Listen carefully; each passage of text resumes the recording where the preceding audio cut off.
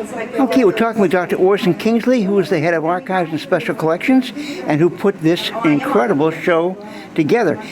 Tell me how this whole idea originated, if you would.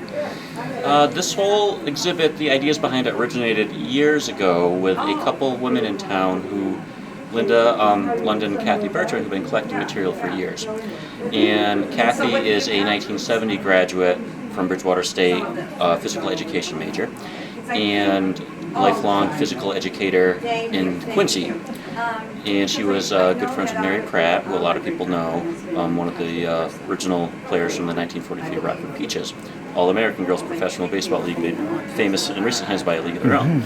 I've been working with them for years, trying to get an idea of what they have and how they would like their material to be used. So a lot of donor cultivation through the years, because they were very adamant about having their material used for educational purposes. They were afraid of donating it to places where it would be thrown into a closet and never see the light of day.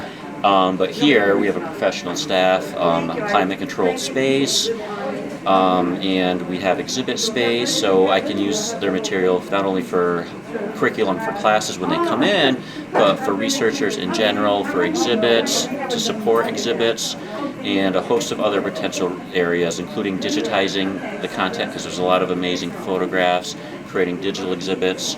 And there's so much material that they've been donating, they've been collecting stuff for decades, that I can do different exhibits on a year-to-year basis to keep it fresh and everything like that.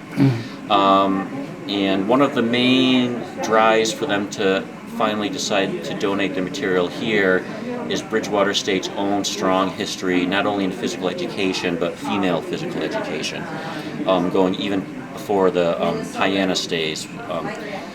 The Hyannis Normal School and the Hyannis State Teachers College closed in 1944, and then Bridgewater absorbed it but kept the summer camp going right through the 1970s roughly.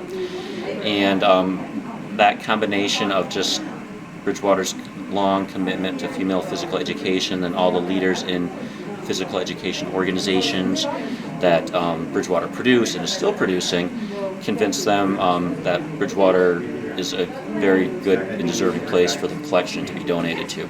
Great. How long did it it must have taken months to do this particular exhibit. Yes. Yeah, wow. Would you make a rough guess as to how many material, photographs, documents you have? Donated from the donors? Thousands of photos.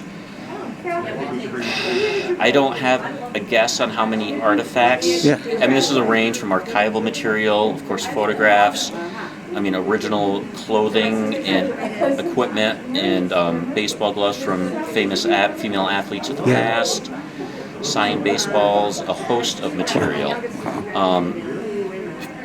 Right over there we have wonderful silk pillowcases from the turn of the century, around 1900.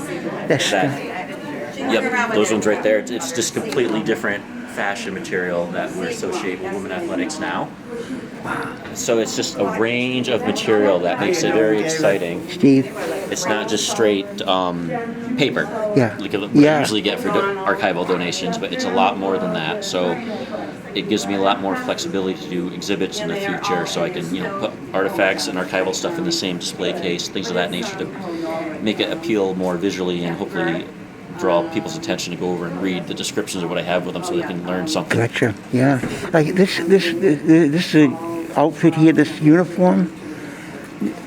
This black and green uniform. Has a funerary kind of feel to it. I like it a lot. Those are 1890s bloomers from one of our own students, Alice Bowman, who lived right up the road, and those are her 1896 gym shoes. Little tiny feet. Oh yeah. This is one of our graduates. Yes. Alice Bowman. Those are her bloomers. Wow. And right behind you on the other side is, just slide over 1 foot. This is a Bloomer Girls swimming outfit from right around 1920.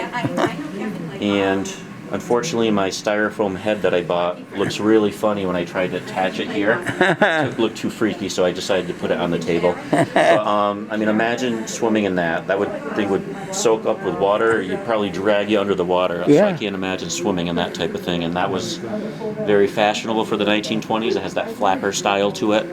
And that type of swimsuit was en vogue for probably about 20 years or so, roughly. Wow. And then So the years in the exhibit cover what span?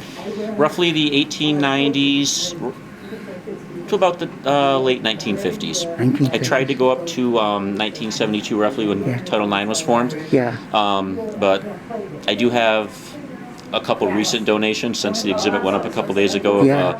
Bridgewater student gym outfits from the early 1960s.